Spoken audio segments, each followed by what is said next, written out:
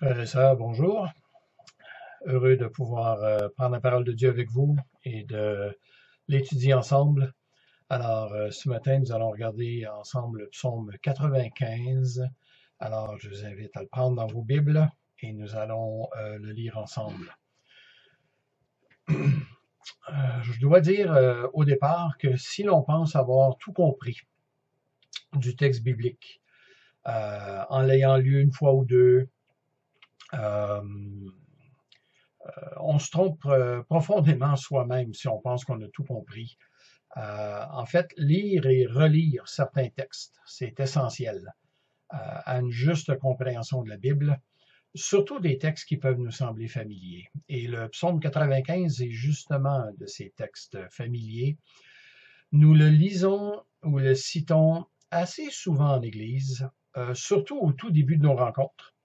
Mais dans le cas du psaume 95, ce n'est pas le sens du texte qui nous échappe, mais c'est plutôt le fait que régulièrement nous n'en lisons seulement que la moitié en assemblée. Et par conséquent, le sens du psaume dans sa totalité nous échappe. Nous en lisons la première moitié, mais rarement nous attardons-nous à le lire en entier. Et c'est un peu comme simplement lire seulement la première partie de la parabole du Fils prodigue, par exemple, en ne prenant pas conscience que cette parabole a une deuxième partie, aussi importante que la première, si ce n'est pas plus d'ailleurs. Alors, lisons donc ensemble le psaume 95, composé de deux parties, et que nous devons lire ensemble si nous désirons en comprendre la véritable portée. Alors, je lis dans la colombe. Allons acclamer Dieu, ou acclamer l'Éternel, lançons une joyeuse clameur envers le rocher de notre salut. Allons au-devant de lui pour le célébrer, avec des psaumes, lançons vers lui une joyeuse clameur. Car l'Éternel est un grand Dieu. Il est un grand roi au-dessus de tous les dieux. Il tient dans sa main les profondeurs de la terre, et les sommets des montagnes sont à lui. La mer est à lui, c'est lui qui l'a faite. La terre aussi, ses mains l'ont formée. Venez, prosternons-nous, courbons-nous, fléchissons le genou devant l'Éternel qui nous a fait, car il est notre Dieu, et nous sommes le peuple de son pâturage, le troupeau que sa main conduit. Première partie. Celle-là, on la connaît assez bien, c'est la deuxième, qui commence par « Aujourd'hui, si vous entendez sa voix, n'endurcissez pas votre cœur comme à Mériba, comme à la journée de Massa dans le désert, où vos pères me tentèrent, m'éprouvèrent, bien qu'ils aient vu mon action ou mes œuvres. Pendant 40 ans, j'ai eu cette génération en dégoût. Et je dis, c'est un peuple dont le cœur est égaré, ils ne connaissent pas mes voies. Aussi je jurai dans ma colère, ils n'entreront pas dans mon repos. Tout un texte et tout un contraste entre le ton général de la première moitié et celui de la deuxième partie. On débute par un appel à célébrer et à joyeusement acclamer Dieu, et on termine par un sévère avertissement, même une menace. La première partie résonne comme un de ces nombreux chants trouvés dans le livre des psaumes, tandis que la deuxième partie retentit plutôt comme une instruction prophétique, un sérieux avertissement. Et nous avons de la peine à réconcilier ces deux réalités. Alors voyons ensemble ce que nous pouvons en tirer. Tout d'abord, la première partie que j'intitule « Un appel à acclamer le Dieu créateur et rédempteur ». Un appel à acclamer Dieu, le Dieu créateur et rédempteur. Alors, cette première partie du psaume, versets 1 à 7, se divise elle-même en deux sous-parties, pour ainsi dire, versets 1 à 5 et versets 6 et 7. Et ces deux parties suivent en fait la même structure. On trouve d'abord un appel à célébrer Dieu et à l'adorer. On trouve ça par exemple au verset 1 et 2 et dans la deuxième demi-partie au verset 6. Et c'est suivi dans les deux cas des raisons pour lesquelles Dieu est digne d'être célébré et adoré, à savoir verset 3 à 5 et verset 7. Alors, quelques observations que j'aimerais souligner au départ. J'aimerais tout d'abord noter que l'invitation est au pluriel, démontrant ainsi que ce psaume, s'adressait tout d'abord au peuple de Dieu, vraisemblablement lors d'un culte public. C'est une invitation à venir collectivement devant Dieu, dans la présence de Dieu, littéralement devant sa face. Et c'est un geste qui ne se fait donc pas tout seul chez soi, mais collectivement, tous ensemble. Contrairement parfois à notre individualisme contemporain, contrairement à notre confinement actuel, les membres du peuple de Dieu dans l'Ancien Testament vivaient une spiritualité surtout collective. L'Ancien Testament ne connaît pas de vie spirituelle chacun dans son coin, isolé, dans une relation tellement intime avec Dieu qu'elle peut se passer des autres. En fait, le Nouveau Testament non plus d'ailleurs, si nous lisons le Nouveau Testament dans sa totalité, notamment dans les sections pratiques des Épîtres de Paul. Alors, nos rencontres collectives possèdent une dimension spirituelle qui dépasse notre simple relation personnelle avec Dieu. S'il est vrai que Dieu nous sauve individuellement, que nous sommes appelés individuellement à prendre nos responsabilités en matière de croissance spirituelle, cela ne signifie pas, frères et sœurs, que nous pouvons y arriver seuls, bien au contraire. Nous avons besoin des autres. Et les autres ont besoin de nous. L'image du corps et de ses membres que Paul emploie, par exemple, dans Romains 12 ou 1 Corinthiens 12, nous parle d'une influence mutuelle, d'une réciprocité dont nous avons grandement besoin si nous voulons grandir de manière équilibrée et porter du fruit. Deuxième observation que j'aimerais amener, ce sont les divers noms de Dieu dans ce passage. Dieu y est appelé d'abord l'Éternel, première phrase. L'Éternel, c'est un titre qui renvoie surtout au Dieu de l'Alliance avec son peuple dans l'Ancien Testament. Dieu est aussi appelé le rocher de notre salut, deuxième phrase du verset 1. Un grand Dieu, verset 3. Si grand qu'il est en réalité le grand roi au-dessus de tous les dieux, deuxième partie du verset 3. Ceci ne signifie pas qu'il existe d'autres dieux, mais que notre Dieu, le roi de l'univers, dépasse en puissance, en force, en sagesse, tous les dieux que les êtres humains peuvent s'inventer. La supériorité de l'Éternel s'exprime entre autres manières en ce que Dieu est le créateur de tout l'univers et qu'ainsi tous les êtres humains, toute la création, dis-je, lui est redevable et lui doit obéissance et révérence. Notons troisièmement les raisons pour lesquelles nous sommes appelés à acclamer Dieu. Dieu reçoit nos louanges parce qu'il est le Créateur, en fait notre Créateur.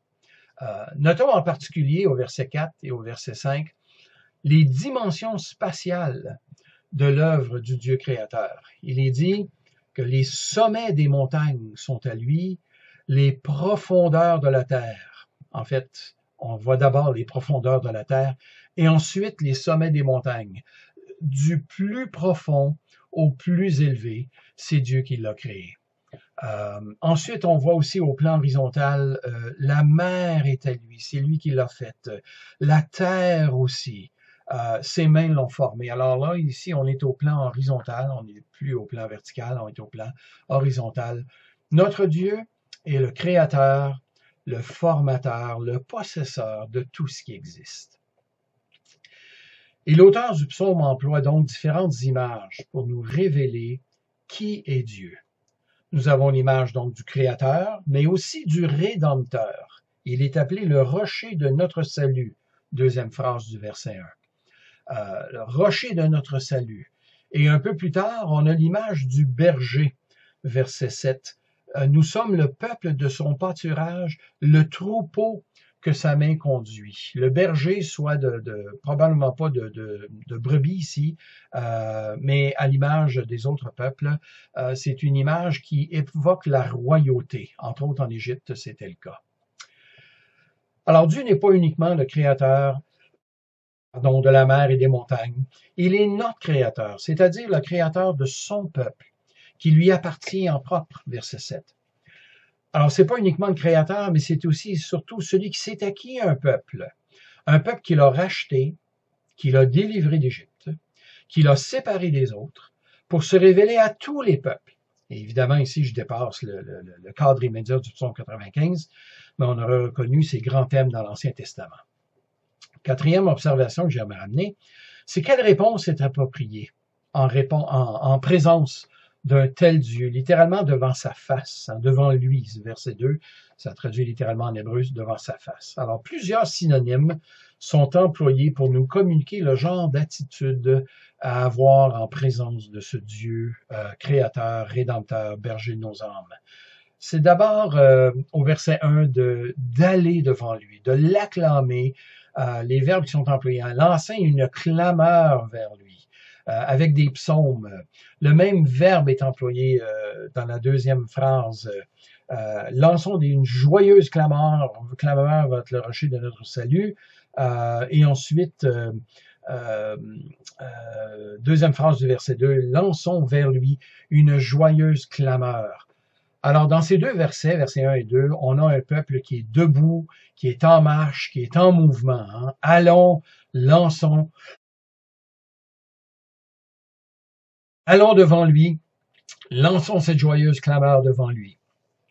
Au verset 6, par contre, nous avons trois synonymes, trois autres verbes qui nous présentent maintenant un peuple recueilli, immobile, prostré. Regardons les verbes. Hein. Prosternons-nous, courbons-nous, fléchissons le genou devant l'Éternel qui nous a fait, devant l'Éternel notre Créateur. Trois verbes, en fait, qui décrivent les mêmes gestes, la même attitude, celle d'une joyeuse soumission, de profond respect, d'adoration aimante et volontaire. Dieu n'est pas seulement Dieu, mais il est aussi notre Dieu. Alors, en présence d'un tel Dieu, en présence d'un tel Créateur, mais surtout en présence d'un tel Rédempteur, rocher de notre salut, le moment n'est pas opportun pour négocier, pour parlementer, pour contester, pour regimber, mais pour adorer et aimer notre Dieu et notre Créateur.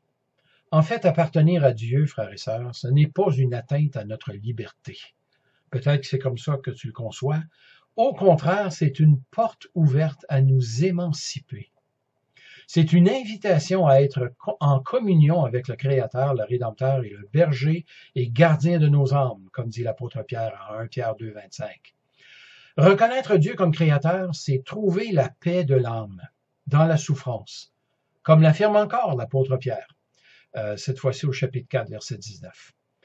Reconnaître la véritable place de Dieu et reconnaître notre véritable place devant lui, ce n'est pas perdre notre liberté, c'est plutôt goûter à notre véritable humanité. Nous avons été créés par Dieu et pour Dieu. Alors nous avons été créés pour être en communion avec Dieu et nous n'aurons la paix qu'en étant réconciliés avec lui. Notre véritable humanité ne se trouve pas dans une émancipation loin de Dieu, mais dans une reconnaissance de notre place devant Dieu et une délivrance de nos péchés, une délivrance que Dieu seul a rendue possible par la mort de Jésus-Christ à la croix. Alors ça, c'est la première partie. Il y aurait beaucoup plus à dire, mais le temps nous presse. Deuxième partie du psaume, ce n'est pas un appel à célébrer Dieu, mais c'est un appel maintenant à écouter attentivement la voix de notre Sauveur. Aujourd'hui, si vous entendez sa voix, n'endurcissez pas votre cœur comme à Mériba, comme à la journée de Massa dans le désert, où vos pères me tentèrent. Alors, on arrive à cette deuxième partie, rarement lue en assemblée. Je me souviens pas, franchement, de l'avoir entendu être lu publiquement à partir du psaume 95. Oui, à partir d'Hébreux 3 et 4, on y arrivera plus tard. Alors, comparons d'abord ces deux parties du psaume, la première et la deuxième partie. La première partie était surtout un appel à s'exprimer, à lancer une clameur, mais la deuxième partie, c'est un appel à se taire, un avertissement à écouter très attentivement même. Il y a un temps pour tout. Il y a un temps pour parler, mais il y a aussi un temps pour se taire et pour écouter. Notre système d'éducation au Québec met beaucoup d'accent sur l'art de s'exprimer. Nous aurions peut-être avantage à cultiver l'art d'écouter un peu plus. La première partie du psaume nous parlait de notre voix, bruyante à souhait. La deuxième nous parle de la voix de Dieu, puissante, quasiment comme un fouet. Alors la voix de Dieu se fait entendre, cette fois-ci sous la forme d'un avertissement. N'endurcissez pas vos cœurs. Verset 8, première phrase. Le peuple de Dieu a beau avoir été créé par Dieu, il a beau avoir été sauvé par Dieu, parce que Dieu son rocher, il n'en demeure pas moins que le peuple de Dieu fait face à un ennemi plus redoutable, à long terme, que les Égyptiens, les Cananéens, ou même plus tard dans l'histoire que les Assyriens ou les Babyloniens. Le peuple de Dieu fait face à un réel problème. Le cœur du problème? Un problème de cœur. Verset 8, « N'endurcissez pas vos cœurs. » Et encore au verset 10, deuxième phrase, « C'est un peuple dont le cœur s'égare. » Un cœur endurci, un cœur qui s'égare. Les psaumes 78, 105, 106 nous présentent cette tendance du peuple de Dieu à s'éloigner de Dieu, cette attitude récurrente à oublier les œuvres de Dieu. Un cœur endurci, c'est quoi? C'est un cœur qui oublie, un cœur qui se refroidit, un cœur qui revendique, un cœur apathique, sporadique, un cœur qui réclame et qui blâme. Deux exemples, donnés ici même notre texte, nous donnent une idée d'un cœur endurci. N'endurcissez pas vos cœurs, comme il est dit, comme à la journée de Massa dans le désert, ou n'endurcissez pas vos cœurs comme à Mériba, comme à la journée de Massa dans le désert où vos pères me tentèrent. Le jour de Massa ou le jour de Mériba, comme à Mériba. Le mot Mériba, ça signifie contestation. C'est un épisode que l'on retrouve dans Exode chapitre 17. Et la contestation, c'est l'attitude que les Israélites ont eue lorsqu'ils ont eu soif dans le désert et qui se sont mis à contester et à revendiquer à boire. Ce n'est pas tant le problème de la soif que le fait de murmurer contre Moïse, qui est reproché au peuple dans ce texte. Une fois que Moïse a frappé le rocher, comme Dieu le lui avait dit, et qu'il en soit sorti des torrents d'eau, et après que le peuple ait étanché sa soif, Moïse a appelé ce lieu Massa et Mériba, c'est-à-dire tentation et contestation. Alors, ça rime en hébreu, mais en français aussi. Le peuple avait tenté Dieu, une expression qui signifie dans l'Ancien Testament le fait de traiter Dieu comme étant à notre service, comme un simple serviteur destiné à répondre à nos moindres caprices. Et lorsque Jésus a dit à Satan, « Tu ne tenteras pas l'Éternel ton Dieu », en Matthieu chapitre 4, verset 7, on pourrait comprendre, « Tu ne mettras pas Dieu à ton service. Tu ne le forceras pas à agir selon tes propres désirs, comme par exemple le fait de se jeter en bas du temple et forcer Dieu ainsi à le secourir. » Et lorsque Jésus parle à Satan et lui cite ce texte, qui vient de Deutéronome chapitre 6, « Tu ne tenteras pas le Seigneur ton Dieu », ce texte fait directement référence à l'épisode des eaux de Massa et Mériba. On lit dans Deutéronome 6, « Vous ne tenterez pas l'Éternel votre Dieu comme vous l'avez tenté à Massa. » Je dois dire que lorsque nous devenons de simples consommateurs de services religieux, lorsque nous évaluons la spiritualité selon ce que nous en retirons, à la mesure de la satisfaction de nos besoins, de notre égoïsme et de nos caprices, nous tentons Dieu et nous cherchons à mettre Dieu à notre service. Dans de tels cas, à court ou à long terme, Dieu nous résiste. Dieu résiste aux orgueilleux, on lit dans 1 Pierre. Alors, j'aimerais nous poser la question, dans notre relation avec Dieu, qui sert qui? Reconnaissons-le, nous sommes des puits de désirs sans fond. Et lorsque Dieu répond à nos besoins, si nous ne prenons pas garde à notre cœur, nous avons tendance non pas à le remercier, mais plutôt à lui présenter notre liste de caprices, ou du moins à revendiquer puis à murmurer. Et c'est pas par hasard que, au psaume 95, il est fait référence à cet épisode des eaux de Massa et de Mériba. C'est un texte, Exode 17, qui se situe tout de suite ou à peu près après la sortie d'Égypte. Ça, c'est Exode 15. Exode 16, le chapitre tout de suite avant le chapitre 17, donc, décrit le fait que Dieu a pourvu à de la nourriture au désert pendant 40 ans, jusqu'à l'entrée du peuple au pays de Canaan. Ça, c'est Exode 16, verset 35. Mais aussitôt délivrés, aussitôt sortis, aussitôt satisfaits, les Israélites ont voulu par la suite passer au buffet, choisir le menu selon leur propre désir. Et si ça avait été qu'à une seule fois, passe encore. Et là, je parle ici, évidemment, dans une perspective humaine. Mais cet endurcissement, cet entêtement ont été des attitudes qui se sont manifestées tout au long des 40 années dans le désert. Le livre des Nombres, en fait, nous présente maints épisodes où le peuple s'oppose à Dieu, s'oppose à Moïse, s'oppose à ce qu'il y avait au menu. Et c'est pas seulement Exode 17 qui nous parle des eaux de Mériba. Le livre des Nombres, au chapitre 20, nous parle d'un autre événement où le peuple a tellement impatienté Moïse que celui-ci s'est emporté. Plutôt que de parler au rocher, il a frappé 2 fois le rocher, plutôt que simplement lui parler comme Dieu le lui avait demandé. Et à cause de ce geste, Dieu lui a refusé l'entrée dans le pays de Canaan. C'est un deuxième épisode où un lieu est appelé Mériba, c'est-à-dire contestation. Nombre chapitre 20, verset 13. Alors, ces 40 ans passés au désert n'ont pas été des années de repentance ou de croissance spirituelle. Le psaume 95, verset 10, parle plutôt de 40 ans de dégoût divin. Pendant 40 ans, j'eus cette génération en dégoût envers un peuple dont le cœur s'égare encore et encore. Bien que Dieu lui ait révélé sa volonté, cela n'a pas produit le résultat escompté. C'est un peuple dont le cœur est égaré, verset 10. Amos va le répéter plus tard en des termes semblables dans Amos chapitre 5, versets 25 à 27, où il y a un retour sur ces 40 années passées dans le désert. Quelle a été la réaction de Dieu face à cette obstination du cœur chez les Israélites?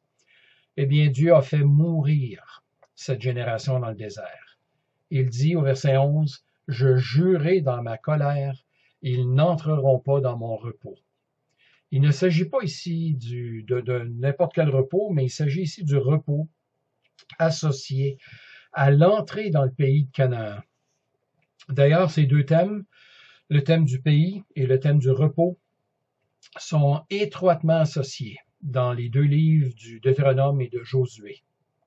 Alors, une fois entré dans le pays, le peuple a pu jouir du repos et adorer Dieu selon ses règles. C'est le message assez central du livre du Deutéronome et celui de Josué. Mais le peuple d'Israël qui est sorti d'Égypte, mais n'est malheureusement pas entré dans la terre promise, dans le repos, à cause de son obstination et de ses nombreuses désobéissances.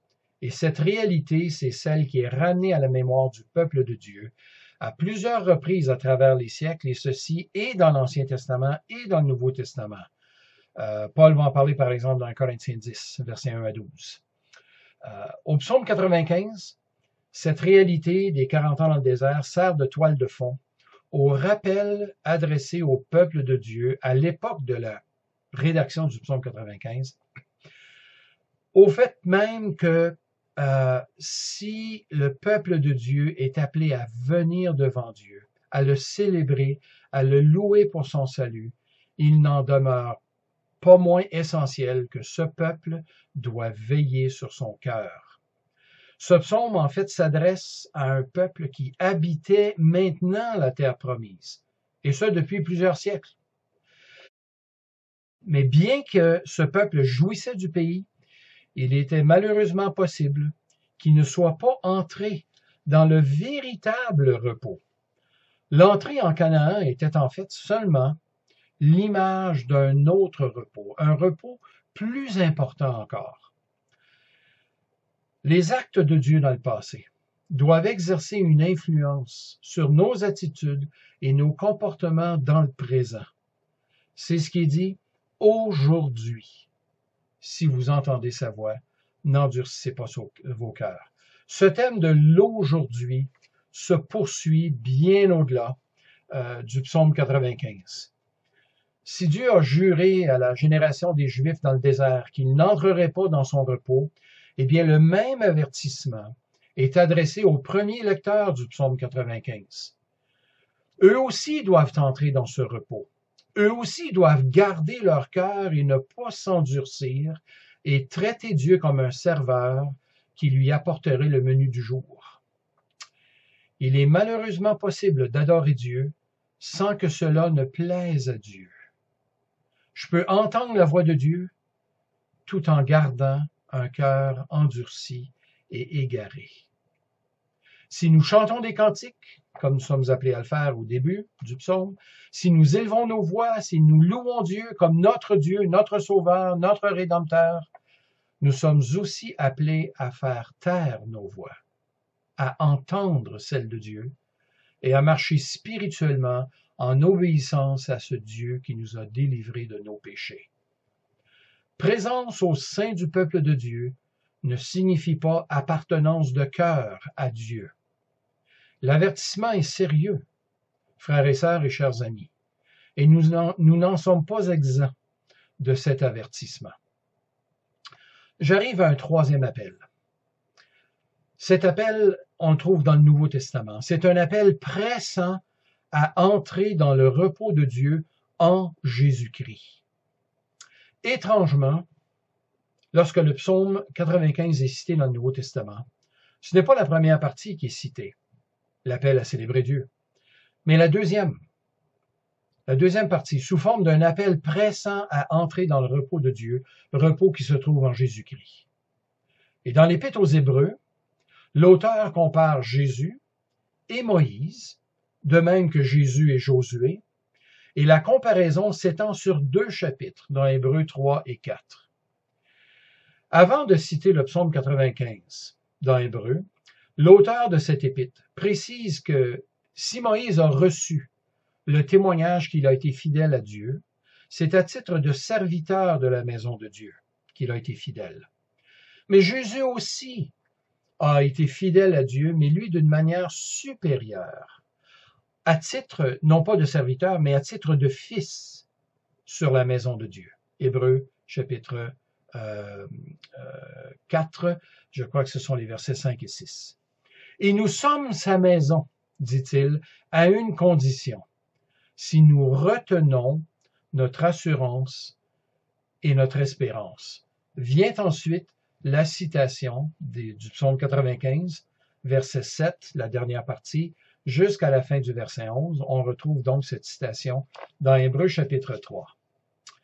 Alors, si vous avez toujours vos Bibles, je vous invite à la prendre dans cette section parce que nous allons regarder quelques impératifs qui se trouvent dans Hébreux 3 et 4. Alors, la conclusion à laquelle l'auteur de l'Épître aux Hébreux en vient, après avoir cité le psaume 95, elle est double. D'abord, de prendre garde à notre cœur. Verset 12. Prenons donc garde, frères, que personne parmi vous n'ait un cœur méchant et incrédule, au point de se détourner du Dieu vivant. Prenons garde de nous détourner du Dieu vivant à cause d'un cœur méchant et incrédule. La mise en garde est sévère. Trop sévère? À la lumière de l'histoire du peuple d'Israël, il est possible de graviter autour du peuple de Dieu sans appartenance de cœur à ce même Dieu. On peut apprécier la religiosité, les bonnes valeurs, les personnes amicales, la sécurité d'un bon groupe d'amis, l'environnement relativement aseptisé au plan spirituel. Mais présence à l'Église ne signifie pas appartenance à Dieu lui-même.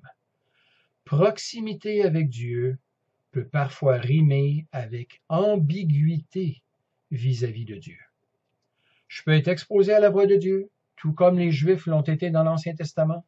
Je peux connaître des choses au sujet de Dieu, mais sans connaître Dieu lui-même. Je peux avoir entendu parler du repos de Dieu, du salut de Dieu en Jésus-Christ, mais sans y être entré moi-même. Chers amis, cherchons l'Éternel pendant qu'il se trouve. Invoquons-le tandis qu'il est prêt, pour citer les paroles d'Ésaïe 55. Si ton cœur est touché par ce que tu entends, alors viens à Dieu. Viens à Dieu par Jésus-Christ. Entre dans le repos de Dieu. Saisis le salut de Dieu grâce à la mort de Jésus sur la croix à Golgotha. Jésus a dit, venez à moi, vous tous qui êtes fatigués et chargés, et je vous donnerai quoi? Je vous donnerai du repos. Matthieu 11, 28. Fatigué de tes péchés? Fatigué des péchés des autres? Eh bien, viens trouver le pardon de tes fautes en plaçant ta confiance en Jésus-Christ. Viens trouver la consolation de Dieu en recevant la nouvelle vie en Jésus-Christ. En recevant les instructions de Jésus, tu trouveras, comme Jésus l'a dit lui-même, qu'il est doux et humble de cœur, tu trouveras du repos pour ton âme. Ça, c'est la première exhortation. Première conclusion, prendre garde à notre cœur. La deuxième, c'est de nous exhorter mutuellement, chaque jour, aussi longtemps qu'on peut dire aujourd'hui. Pour nous qui avons cru, nous entrons dans le repos de Dieu. Verset 3 du chapitre 4. Notre repos ne se trouve pas dans un pays, il ne se trouve pas dans un jour spécial de la semaine, mais dans un jour spécial de toute éternité. Aujourd'hui, le repos de Dieu en Jésus-Christ nous est offert. Et le moment, c'est aujourd'hui. Le repos de Dieu se trouve non pas dans une journée, mais il se trouve dans une personne, dans la personne de son Fils Jésus-Christ. Et l'auteur de l'Épître aux Hébreux va même jusqu'à affirmer que si Josué leur avait donné le véritable repos, s'il avait donné aux Juifs le véritable repos en entrant dans la terre promise, eh bien, il n'y aurait pas été question, psaume 95, d'un autre repos, d'un autre jour, c'est-à-dire aujourd'hui. L'aujourd'hui auquel l'auteur du psaume 95 s'adresse à ses lecteurs et l'aujourd'hui auquel s'adresse, l'aujourd'hui des lecteurs, des auditeurs auxquels s'adresse l'auteur de l'Épître aux Hébreux. Efforçons-nous donc, empressons-nous donc d'entrer dans ce repos, chapitre 4, verset 11 de l'Épître aux Hébreux, si ce n'est déjà fait. Alors, je reprends ma question. Fatigué? Fatigué de tes fautes? Fatigué de ta culpabilité? Fatigué des fautes des autres? Empresse-toi d'entrer dans le repos de Dieu en Jésus-Christ. Tu ne vivras plus seulement pour tes jours de congé, pour tes fins de semaine, qui se terminent toujours trop rapidement. Tu ne vivras plus seulement pour satisfaire tes désirs, toujours inassouvis au fond, mais tu entreras dans le repos de Dieu en Jésus-Christ. Et si j'y suis déjà entré dans ce repos et que je n'y trouve plus le repos, eh bien, j'ai besoin de m'assurer, de garder mon cœur disposé envers Dieu, en écoutant sa parole, en m'y exposant régulièrement, en la laissant pénétrer dans mon cœur. Alors, si nous sommes le peuple de son pâturage, le troupeau que sa main conduit, assurons-nous d'écouter la voix de Dieu, d'écouter la voix du Dieu vivant, et ainsi de jouir du salut qu'il nous a accordé en Jésus-Christ. Merci, bonne semaine.